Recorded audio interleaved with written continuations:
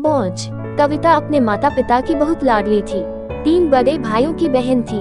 कोई भी चीज मांगने पर उसी वक्त सामने हाजिर हो जाती। पूरे घर में रौब था उसका। पूरे परिवार और नौकरों पर राजकुमारी की तरह हुक्म चलाती थी कविता। स्कूल में भी पूरा रौब था उसका। बड़े घर की लाडली जो थी वह। ऐसे ही उसने कॉलेज में दाखिला लिया। उसके ठाठ बाट, बड़ी गाड़ी में आना जाना, हर दिन नया फैशन देखकर हर कोई उससे दोस्ती करना चाहता था। थोड़े ही दिनों में उसके बहुत से दोस्त बन गए। पूरे कॉलेज में उसकी अपनी ही एक पहचान थी। इन दिनों उसके घर एक रिश्ता आया। खानदानी लोग थे और पापा की पुरानी जान पहचान थी उनके साथ। कविता के साथ कोई जबरदस्ती नहीं थी, पर कविता ने फिर भी हाँ कर दी, क्योंकि वह अपने परिवार से बहुत प्यार करती थी। वह जानती थी कि वह लोग उसका अच्छा ही सोचेंगे। लड़के का नाम राज था। राज काफी पढ़ा लिखा और समझदार लड़का था। ससुराल वाले भी बहुत अच्छे थे। ससुराल में कविता की जगह वैसी ही थी जैसी कि मायके में। कोई भी कार्य कविता की सलाह के बिना नहीं होता था। सबकी लाडली बहू बन गई थी वह। फिर उसके घर एक बेटे का जन्म हुआ। राहुल कविता को जान से प्यारा था। पोता पाकर ससुराल वाले तो फूले नहीं समाते थे। कविता कभी कभी सोचती कि उसकी किस्मत कितनी अच्छी है। उसका हर अपना उसे कितना प्यार करता है।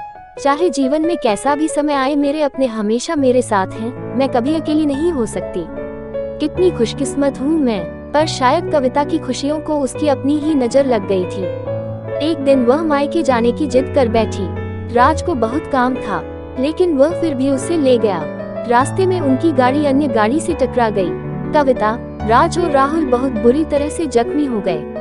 काफी दिनों के इलाज के बाद राज और राहुल तो ठीक हो गए, लेकिन कविता पूरी तरह ठीक ना हो सकी। सर पर चोट लगने के कारण वह अपनी आंखों की रोशनी खो बैठी। अब कविता की किस्मत जैसे उल्टे पांव चलने लगी। मायके वाले कुछ दिनों तक उसे मिलने आते रहे, फिर कभी कभार फोन ही करके पूछ लेते कि अब कैसी हो। धीरे धीरे ये सिलसिला भी कम हो गया। ससुराल वालों की सहानुभूति भी कम होने लगी। घर में किसी को पास बैठने के लिए कहती तो जवाब मिलता, बहुत काम है, अब तुम भी हाथ नहीं बंटा सकती। राज भी चिड़चिड़ा हो गया था।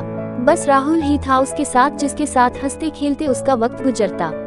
एक दिन कविता के हाथ से कुछ सामान गिर गया, जिसकी वजह से राहुल को हल्की सी चोट लग गई। कविता के सास ससुर ने राहुल को उससे अलग कर दिया कि कहीं उसके ना देखने की वजह से बच्चे का कोई नुकसान ना हो जाए। कविता अंदर से टूट चुकी थी। एक दिन उसने सबके सामने मायके जाने की इच्छा रखी तो राज उसे तुरंत मायके छोड़ आया, जैसे कि वह भी यही चाहता था। लेकिन राहुल को उसके साथ नहीं भेजा गया। कविता कभी राहुल से दूर नहीं रही थी, पर अपनी कमी के कारण उसने ज्यादा बहस नहीं की। कविता को लगा कि वह 3-4 दिन वहाँ रहेगी तो थोड़ा हवा पानी बदल जाएगा, क्योंकि वह कितने दिनों से कहीं भी बाहर नहीं गई थी।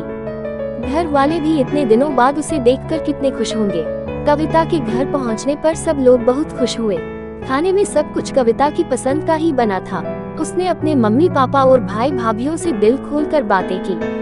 उनके छोटे छोटे बच्चे भी बुआ के साथ घुल मिल गए थे। रात को सोने के वक्त जब वह कपड़े बदलने लगी तो उसे पता चला कि उसका बैग तो बहुत भरा हुआ था।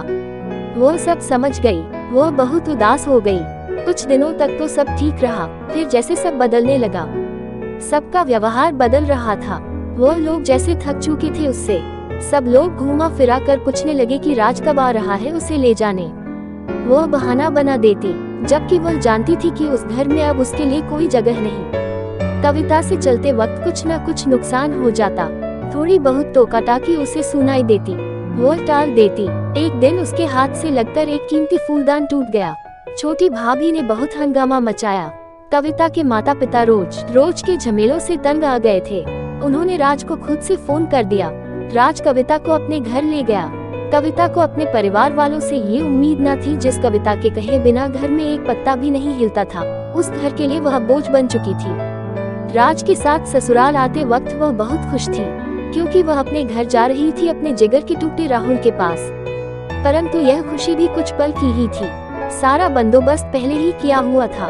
कविता को सीधे ऊपर वाले कमरे में पहुंचा दिया गया। राहुल से दूर रहने की सख्त चेतावनी दी गई। एक कामवाली लता को उसकी जिम्मेदारी सौंपी गई, जो उसके खाने पहनने जैसी जरूरतों का ध्यान रखती। कविता ज्यादातर चुप ही रहती। कभी कभी कामवाली लता से थोड़ा बतिया लेती। उसके जरिए राहुल का पता चल जाता।